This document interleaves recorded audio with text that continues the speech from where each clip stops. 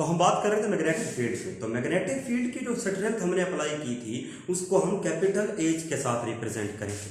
Magnetic field क्या करेगा? Magnetic field आप पढ़ चुके हैं, फिजिक्स में आप पढ़ते हैं, एक चीज पढ़ी, याद रखिएगा। मैग्नेटिक फील्ड मकनातीस जो है आप याद रखिएगा, जब भी किसी चार्ज्ड पार्टिकल को मैग्नेटिक फील्ड के अंदर से गुजारेंगे तो वो उसको घुमा देगा, वो उसको सर्कुलर पाथ में घुमा देगा, वो उनको मोड़ देगा।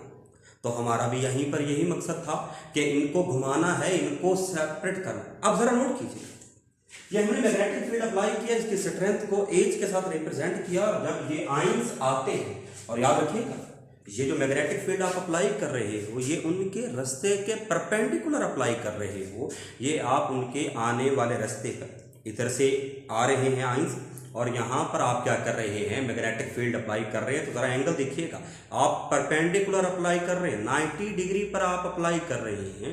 तो इस हवाले से देखिए, तो ये मैग्नेटिक फील्ड के अंदर से गुजरेंगे तो उनको ये घुमा देगा, सर्कुलर पाथ में घुमा देगा। अब ये भी मैग्नेट है और ये भी मैग्नेट है, और जब इन आप देख रहे हैं उनको उसने घुमा किया है। जरा नोट कीजिए, ये हमारे पास आइंस है, पॉजिटिव आयन है, नियॉन के आयन है, लेकिन हमें नहीं पता कि इनमें से 20 वाला कौन सा, 21 वाला और 22 वाला कौन सा है। अभी ये इकट्ठे आ रहे हैं, जरा नोट कीजिए, इन पर पॉजिटिव चार्ज है। इनमें से एक 20 वाले, कुछ 20 वाले हैं, कुछ 21 वाले हैं और कुछ 22 वाले हैं। और अब हमने देखा कि मैग्नेटिक फील्ड ने जैसे इसके अंदर से गुजरे, इसने उनको क्या कर दिया? सेपरेट कर दिया। और किस बेस पर सेपरेट किया? मैग्नेटिक फील्ड ने उनको सर्कुलर पाथ में,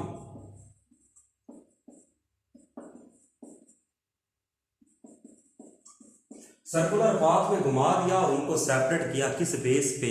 मैस टू चार्ज रेशो की बेस पे सेपरेट किया। तो उसने उनको क्या किया? सेपरेट किया on basis of mass to charge ratio. उनको उनकी मैस टू चार्ज रेशो की बेसिस पर उसने उनको क्या कर दिया? सेपरेट कर दिया। अब क्वेश्चन मार्क यहां पर ये कि सर वो तो 20 वाले भी थे, 21 वाले भी थे, 22 वाले भी थे, तो कैसे ये सेपरेशन हो सकती है? पॉसिबल क्या है? तो यहां पर 2 नंबर का शॉर्ट क्वेश्चन भी बन सकता है, और वैसे भी यहां पर हम बात कर रहे हैं एक छोटा सा मैथमेटिकल रिलेशनशिप है। जरा नोट कीजिए,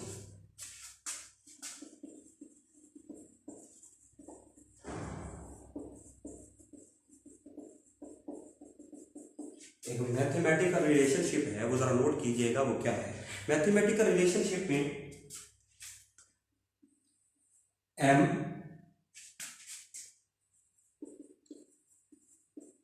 ये उनका मैस है, ई उन पर चार्ज जो है, एच का स्केयर, एच जैसे हम पहले देख चुके हैं, स्ट्रेंथ ऑफ मैग्नेटिक फील्ड,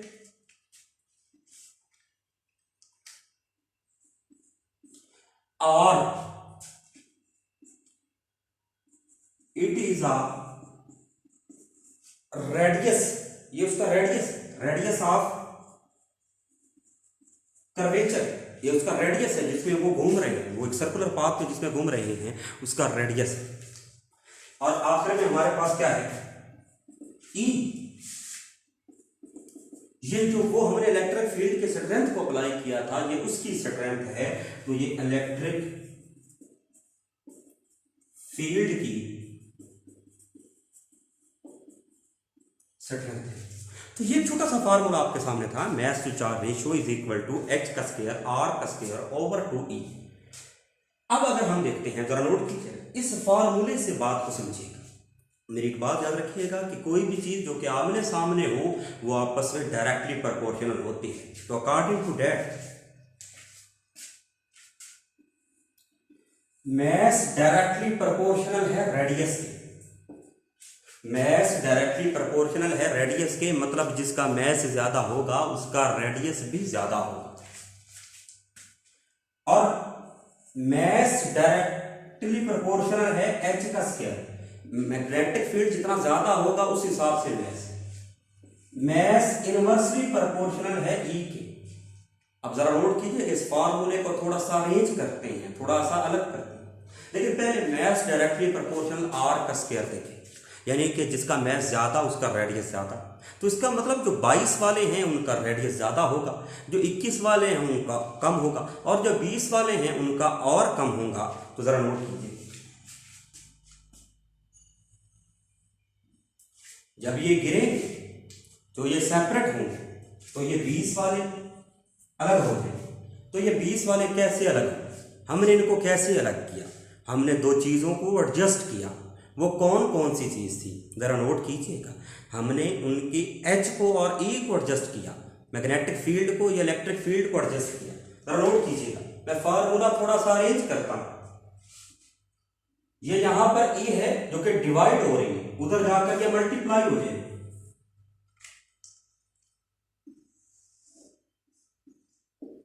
जरा नोट कीजिएगा, यहां पर ई डिवाइड हो रही है, वहां पर जाकर मल्टीप्लाई हो जाएगी।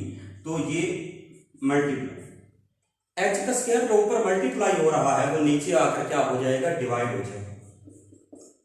पीछे क्या रह जाएगा, आर का स्क्वायर। मोहतरम जरा नोट कीजिएगा, जो ई यहां पर डिवाइड हो रहा था वो उधर जाकर मल्टीप्लाई हो गया है, एच यहां पर मल्टीप्लाई हो रहा था, अब नीचे आकर क्या हो गया, डिवाइड हो गया। अब रिलेशनशिप देखते हैं, आर का और एच का क्या रिलेशनशिप है। आर और इलेक्ट्रिक फील्ड की स्ट्रेंथ ई और आर का रिलेशनशिप। आर डायरेक्टली प्रोपोर्शनल है ई का स्क्वायर, मतलब जितनी इलेक्ट्रिक फील्ड की स्ट्रेंथ ज्यादा होगी रेडियस उतना ही ज्यादा हो जाएगा। आर इनवर्सली प्रोपोर्शनल है मैग्नेटिक फील्ड की। तो जरा नोट कीजिएगा, रेडियस जितना ज्यादा होगा ई उतना ही ज्यादा, मतलब अगर आप ई को चेंज कर रहे हैं तो रेडियस उससे चेंज हो रहा है, अगर आप मैग्नेटिक फील्ड को चेंज कर रहे हैं तो उससे भी रेडियस चेंज हो जाएगा। तो जरा नोट कीजिएगा, अब आपके पास दो ऑप्शन हैं, इनके रेडियस को बदलने के लिए दो ऑप्शन हैं, दो चीजें हैं, लेकिन आपको एक चीज को कांस्टेंट रखना पड़ेगा। अगर आप एच को कांस्टेंट रख देते हैं, फॉर अ मोमेंट सोचते हैं कि हम एच को कांस्टेंट रख रहे हैं, इफ एच कांस्टेंट,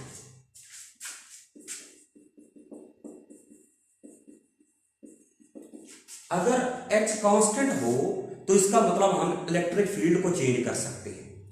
तो इससे साबित हुआ कि अगर मैं इलेक्ट्रिक फील्ड को बढ़ाऊंगा 500 से 2000 वोल्ट जो है, मैं अगर उसको बढ़ाऊंगा तो रेडियस बढ़ जाएगा। मोहतरम ये सारी बात मैं इसलिए कर रहा था कि उस इंस्ट्रूमेंट को कैसे पता चलता है कि ये 20 वाले हैं, ये 21 वाले और 22 वाले, वो उनको कैसे सेपरेट करता है, वो कैसे उनको मैच टू चार्ज रेशो की बेसिस पर सेपरेट करता है।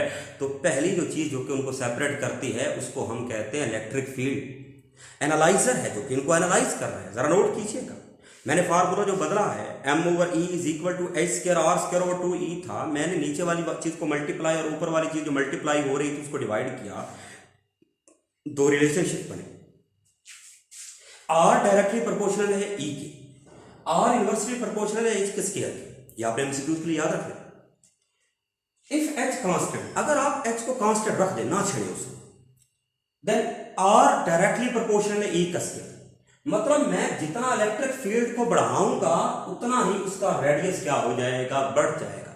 और जब उसका रेडियस बढ़ जाएगा तो वो उनको जो कि उससे वजन में भारे हैं, क्योंकि रेडियस उसी का ज्यादा होगा जिसका मैस ज्यादा होगा। मैस डायरेक्टली प्रोपोर्शनल है आर का स्क्वायर। तो जब 20 वाले गिर जाएंगे ग्रुप की शक्ल, पूरा ग्रुप 20 का एक जगह पर गिर जाएगा,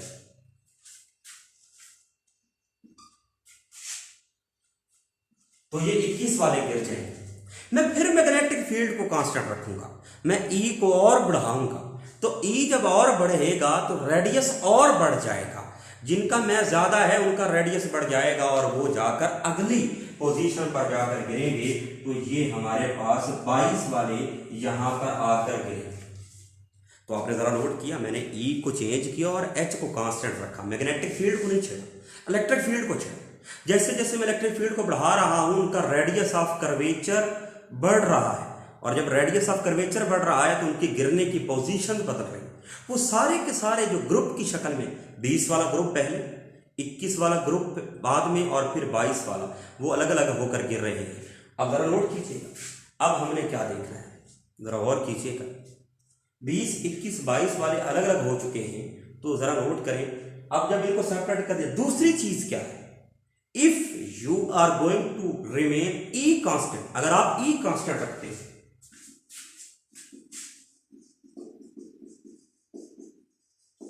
अगर आप ई को कांस्टेंट रखते हैं, then you can change magnetic field, तो आप मैग्नेटिक फील्ड को चेंज कर सकते हैं। आर इनवर्सली प्रोपोर्शनल हो जाएगा एज के स्क्वायर के। इसका मतलब क्या होगा, अगर आप मैग्नेटिक फील्ड बढ़ाएंगे तो रेडियस क्या हो जाएगा, कम हो जाएगा। तो ये थी हमारी सेपरेशन मैच टू चार रेशो की बेसिस पर। मैग्नेटिक फील्ड हमने अप्लाई किया, उनको घुमाया और उनको ग्रुप्स की शक्ल में सर्कुलर पार्ट्स में हमने पाथ में घुमाया और उसके घुमाने से वो सेपरेट हो गए। अब ये जहां पर गिरते हैं, अब ये 20 वाले यहां पर गिर जाएंगे, 21 वाले यहां पर गिर जाएंगे और 22 वाले यहां पर गिरेंगे। जहां पर गिरेंगे उस जगह को क्या कहते हैं, उसको इलेक्ट्रोमीटर कहते हैं।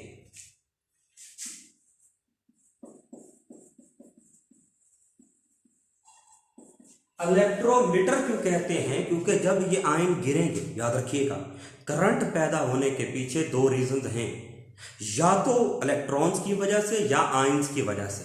जैसे ही ये गिरेंगे 20 वाले, 21 वाले, 22 वाले, तो ये करंट पैदा करेंगे, माइन्यूट सा करंट पैदा करेंगे।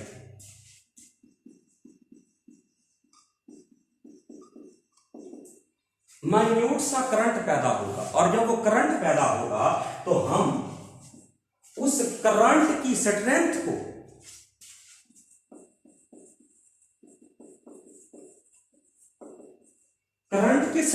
मेजर करेंगे। अब जरा नोट कीजिएगा, आपके पास रिलेटिव अबंडेंस आने वाली है, आपने इसके अंदर रिलेटिव अबंडेंस के अंदर देखना है कि जब वो आपके आयंस आएंगे, करंट पैदा करेंगे, तो जिसका जितना करंट ज्यादा होगा उसी की रिलेटिव अबंडेंस ज्यादा होगी, क्योंकि जितने ज्यादा आयन किसी के गिरेंगे उसकी रिलेटिव अबंडेंस उतनी ही ज्यादा होगी। तो याद रखिएगा, करंट स्ट्रेंथ एंड हमारे पास जो current strength is directly proportional to relative abundance. Relative abundance के डायरेक्टली प्रोपोर्शनल होती है करंट स्ट्रेंथ और रिलेटिव अबंडेंस।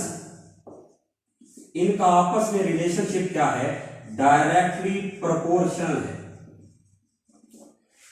जब ये आयन गिरेंगे तो इलेक्ट्रोमीटर पर गिरेंगे, इलेक्ट्रोमीटर पर गिरकर करंट पैदा करेंगे, करंट पैदा करके करंट की स्ट्रेंथ किसके लिए है, वो रिलेटिव अबंडेंस के लिए है। जिसका करंट जितना ज्यादा होगा उसकी रिलेटिव अबंडेंस उतनी ही ज्यादा होगी, और जितनी रिलेटिव अबंडेंस ज्यादा है करंट की स्ट्रेंथ उतनी ज्यादा होगी, और ये डायरेक्टली प्रोपोर्शनल, क्योंकि आयन यहां पर आकर इकट्ठे गिर रहे हैं, आयन यहां पर इकट्ठे गिर रहे हैं। तो हम कहते हैं कि it is also known as ion collector, इसको हम आयन कलेक्टर भी कहते हैं।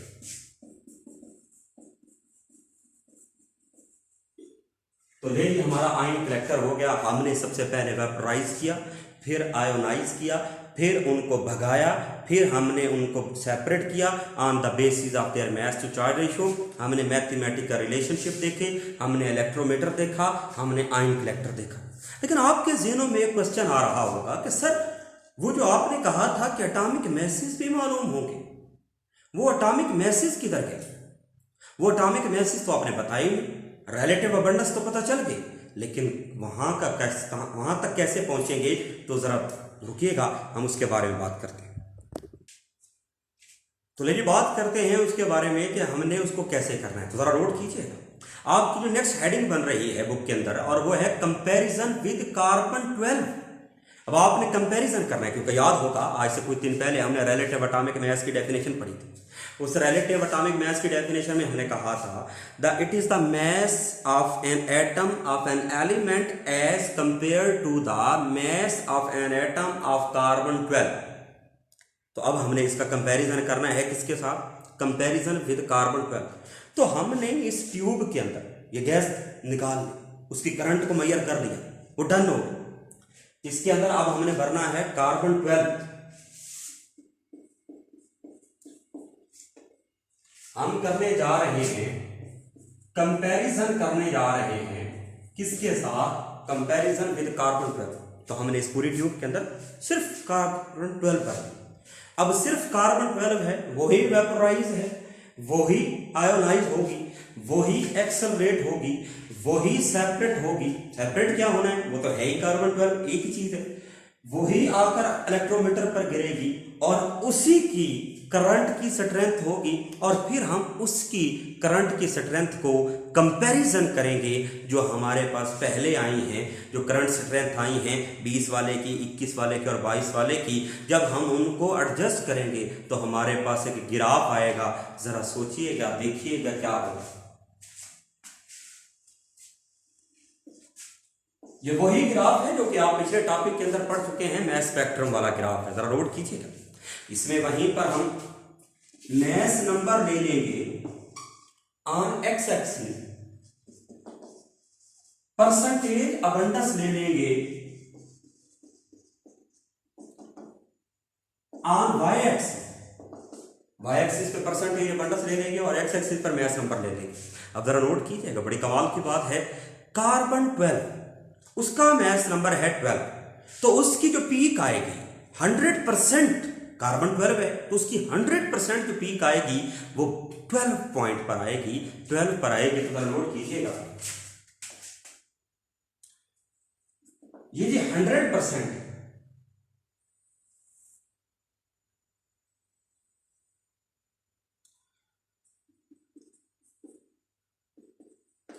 तो ये जो पीक आई है ये कार्बन की 100% की पीक आई है, जो कि उसके करंट की थी, क्योंकि वो 100% वही था।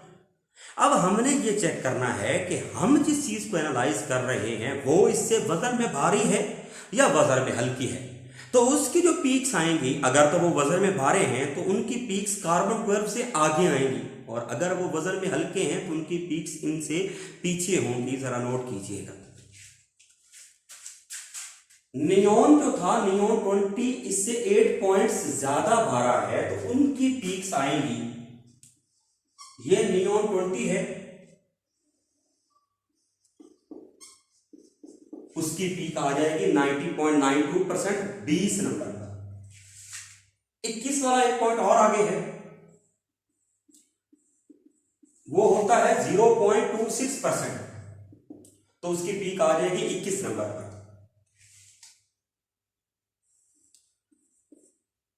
22 वाले की पीक आ जाएगी 8.82%, जो कि 22 नंबर पर है। तो लीजिए, आपको वो तीनों चीजें जिसका हमने शुरू में वादा किया था कि कितनी पीक्स हैं, जितनी पीक्स आई हैं, ये 1, ये 2, ये कार्बन 12 तो कंपैरिजन के लिए है, वो तो मवाजने के लिए है, वो रिलेट करने के लिए है, उसके लिए तो उसको हमने काउंट करें। तो ये जो 3 पीक्स हैं ये हमारे नंबर ऑफ आइसोटोप्स हैं। ये जो इनकी हाइट है ये इनकी क्या है, रिलेटिव अबंडस है, और जो उनकी पोजीशन है वो इनके क्या है, मैस नंबर है। ये जो करंट जो यहां पर पैदा किया गया था उसको हमने एम्पलीफाई किया, उसको क्या किया, उसको थोड़ा सा बढ़ा दिया।